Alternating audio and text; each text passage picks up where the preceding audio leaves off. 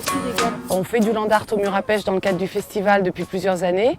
Et là, on a lancé un appel à projet. Donc il y a eu une sélection de 15 artistes pour intervenir dans ce lieu.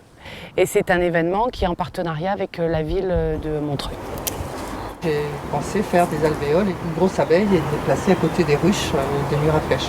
L'association Tige, Travaux d'intérêt généreux d'extérieur, que nous avons monté il y a 2 ans, est membre de la Fédération des murs à pêche. Donc il y a des interventions un petit peu partout sur les différentes parcelles gérées par des associations. Et c'est en accord avec les associations, comme ici on est sur Racine en ville, que nous avons pu décider de l'installation d'Edwige Van Hout sur cette parcelle. Je vais donc faire évoluer et faire proliférer dans l'environnement jusqu'en septembre.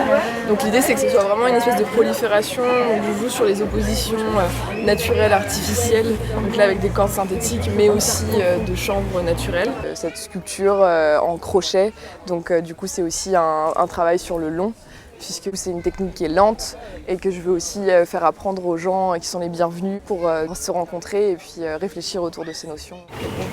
Là, on se retrouve dans un refuge réalisé avec des arbres et j'ai aussi planté des choses comestibles. Là, j'ai profité du fait qu'on a de avril à septembre, d'avoir le temps justement de pouvoir laisser les choses que j'ai plantées pousser et voir les saisons évoluer.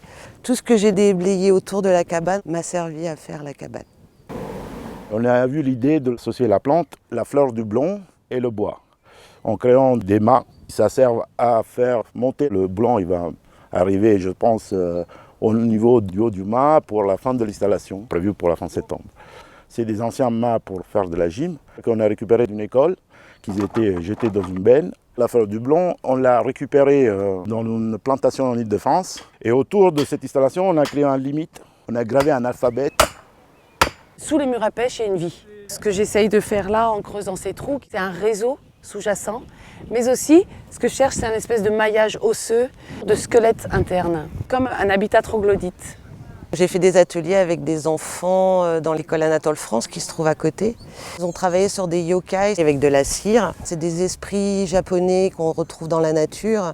On a envie que les enfants du quartier investissent ce lieu, le connaissent et puis le fassent connaître à leurs parents parce qu'il y a plein de gens en fait qui sont des voisins et qui ne connaissent pas cet endroit pour avoir envie de le sauvegarder et de s'investir dans ce lieu. Le prochain événement, c'est le Festival des murs à pêche 8 et 9 juin. Le public est invité à venir pendant l'été, à plusieurs reprises, puisque de toute façon, ça change.